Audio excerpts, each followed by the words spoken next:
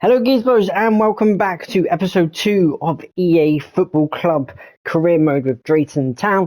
This one's going to be a very short episode in comparison to obviously the last one, but this one is more so on the basis of the manager and the story behind who we had managing us and how it sort of came about. I'll do more on that obviously with the Drayton Town career mode of the club and how I create it and all the kits and everything like that. But in terms of manager, the manager is a guy called Mick Cooper, who is Chris's dad, and Chris's dad Mick came over and did it as a favour to start with. I think he maybe just sort of intentionally did it for 1 or 2 seasons, maybe. Didn't expect it to go on for like 6 or 7 that we did out of the 9 years that we actually played. After 7 years, when Mick stopped, on the seventh year, my dad took over the management and played as well as being manager, and carried it on because we had a vast array of players and new people joining, same people that we had originally.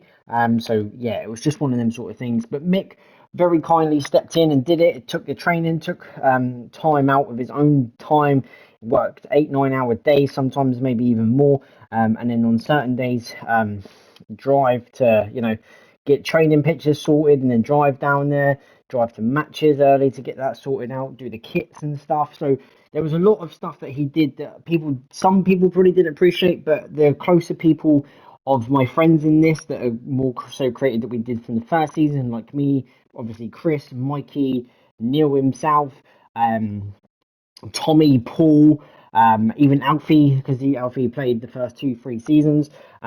So like the 6-7 people that really did appreciate Mick for all of his hard work, what he did off and behind it, because he had to go to meetings. I remember going to a few of them the first couple of years. From that, but I explained why I was more involved at the start. I'll do that in the next episode. But in terms of management, Mick was amazing.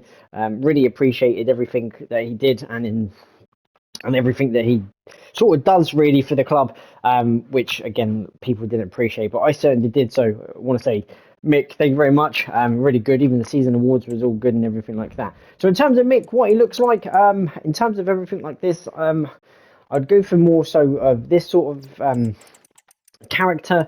Mick obviously spelt like this, and then Cooper is last name. In terms of appearance, Mick only did one way, and it was only the only way that he dressed, and that was definitely to have a Tony Pulis look about himself, shall we say. He really did have that tracksuit, no messing around sort of person. Was really just funny, and everyone called him like the Tony Pulis because he was very defensive. Certainly in games we were winning, not so much at the start because we didn't really win many games. I think it took 3 or 4 games, maybe even 5 games to get our first win. When we did, we won 6-4. And then we sort of kicked on from there. And then the second, third year, we won more and more games. But in the first year, when we were new, there was a couple of new teams that started in the first year. And then by the third year, there were like 3 or 4 new teams, and there were 3 leagues to play in. So when new teams were in and we didn't really know how to sort of play in sort of games like that, we would just play very defensive, 5-man midfield, 5-man defense, one up top that always used to be Mikey just running down. And then sometimes it would just be me on the wings helping Mikey just press and sort of defend him from the front. But that's how we sort of played. We had really quick wingers to start with, really good players as well. In terms of sort of hair, Mick had a nice sort of like beard, I guess, and a goatee. Definitely not more shaved. I'd say it was more. I wouldn't say it was that strong. I'd go probably that, maybe. I'm not too sure. Maybe that actually. In a sort of a grey look. In terms of style, short hair and that, but he actually always wore a cap, the proper Tony Pulis style. I can see if I can change the cap because I don't really want a black. I want it's kind of a grey. Don't want a ponytail, obviously. I need 2 hats. I kind of wanted a black hat, really, I guess. But we'll go with we shall go with, I guess, this hat here. Yeah, we'll go with a nice black hat. That's what he sort of had. In terms of sort of tops, I don't think it really matters, but we'll give him a white polo, or I guess we can give him I don't think it matters with the tracksuit bottom. But yeah, we'll go with like a white t-shirt. In terms of this, he normally had sometimes it was blue tracksuit.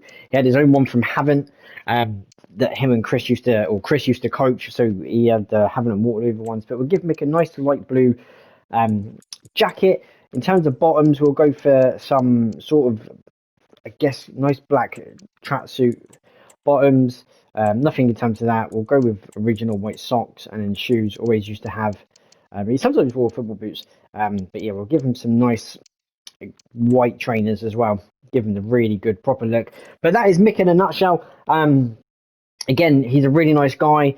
Still keep in touch. Still a really great lad. And again, appreciate obviously all the work he really did for us in terms of the club. So I'm excited to see how he does with these sort of types of players.